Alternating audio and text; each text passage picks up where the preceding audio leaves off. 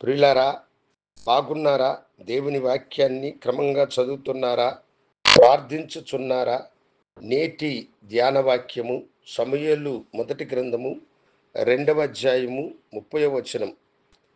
నన్ను గనపరచు వారిని నేను గనపరచుదును అని ప్రభు ఇక్కడ సమూయేలుతో చెబుతూ ఉన్నాడు. సమూయేలు బాలుడుగా ఉన్నప్పుడు దేవుని వాక్కు అతనికి ప్రత్యక్షమై ఆనాటి యాజకుడైన ఏలీ కుమారులైన హోప్ని ఫినెహాసులు దేవుని మందిరములో అసఖ్యమైన కార్యములను చేశారు కనుక దేవుడు వారిని తృణీకరించి ఏలీ కుటుంబాన్ని నిర్మూలము చేయాలని ఆయన తీర్మానించినాడు. దానిని సమూయేలుకు ఆయన తెలియచేస్తూ, నన్నెవరైతే గనపరుస్తారో నేను వారిని గనపరచెదను, ఎవరైతే నన్ను తృణీకరించెదరో నేను వారిని తృణీకరించెదను అని అంటున్నాడు. మనం ఎప్పుడు మన జీవితంలో దేవుణ్ణి గనపరచువారమై ఉండాలి.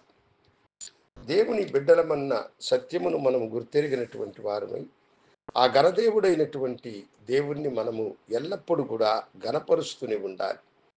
ఆయన నామమును మనము హెచ్చిస్తూ ఉండాలి. మనము ఏ కార్యము చేసినా అది దేవుని నామ ఘనత కొరకై మనం చేయాలి.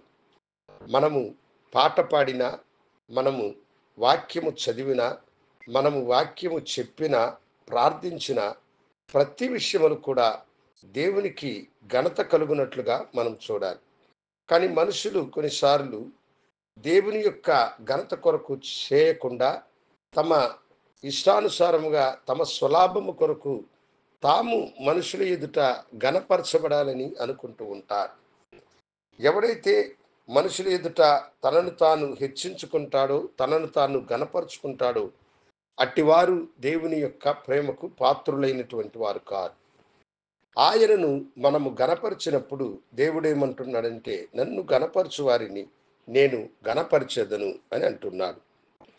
చిన్నవాడైనటువంటి దావీదు, గొర్రెల మందను మేపేటువంటి దావీదును దేవుడు ఒక రాజ్యమునకు రాజుగా ఆయనను హెచ్చించాడంటే దానికి కారణం ఏమిటంటే, దావీదు తన చిన్న వయసులోనే దేవుణ్ణి స్తుతించి ఆయనను గనపరిచి ఆయనను మహిమపరిచినాడు.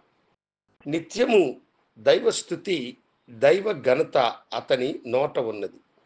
ఆ ఘనత ఆయన నోట ఉన్నది కనుక దేవుడు ఆయనను ఇశ్రాయేలు ప్రజలైన తన వారికి అధిపతిగాను రాజుగాను ఆయనను హెచ్చించినాడు. ఎస్తేరు గ్రంథములో మనం చూసినప్పుడు హామాను తన ఘనత కొరకై ప్రాకులాడినాడు, కానీ ఎప్పుడు కూడా అతడు ఎల్లప్పుడూ తనను మనుషులు ఘనపరచాలని చూసినాడు. తన ఘనతకు భంగము కలిగినప్పుడు తనను ఎదిరించే వారిని నిర్మూలన చేయాలని అనుకొని మొర్దెకై మీద అతడు విషపు చూపునించినాడు. మొర్దెకై దేవుని ప్రేమకు పాత్రుడు గనుక హామాను యొక్క తంత్రములన్నిటినీ మొర్దెకై నిర్మూలన చేసి దేవుని ఘనతకు పాత్రుడైన ఆ మనుషుడిని, ఏ యొక్క హామానైతే ఉరి తీయాలనుకున్నాడో ఆ హామానే మొర్దెకైని రాజగుర్రం మీద ఎక్కించి రాజు వస్త్రములను ధరింపచేసి రాజకిరీటమును అతని శిరస్సు మీద పెట్టి షూషాను కోటంతా తిరుగుతూ రాజు కనపరచు వారిని రాజు ఇలాగు చేయనని అతడు చాటించినాడు. అవును దేవుని బిడ్డలారా, రాజు ఘనత కంటే కూడా దేవుని ఘనత ఇంకా గొప్పది. ఆ ఘనతను మొర్దెకై పొందుకొని ఆ దేశములో అతడు అధిపతిగాను రాజు తర్వాత అధికారిగాను హెచ్చింపబడ్డాడు. హామాను నిర్మూలమైనాడు. దేవుణ్ణి తృణీకరించు వారిని దేవుడు తృణీకరిస్తాడు. దేవుణ్ణి గనపరచు వారిని ఆయన గనపరుస్తాడు. నీ జీవితంలో నువ్వేమి చేయుచున్నావు? దేవుణ్ణి గనపరుచున్నావా?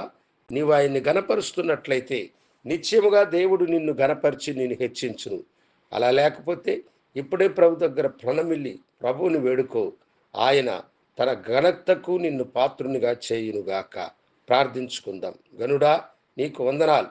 నీ బిడ్డలు నీ ఘనతకు పాత్రులుగా ఉండడానికి సహాయం చేయమని, ఆశీర్వదించమని యేసు నామమున అడిగి వేడుకొంచున్నాము తండ్రి.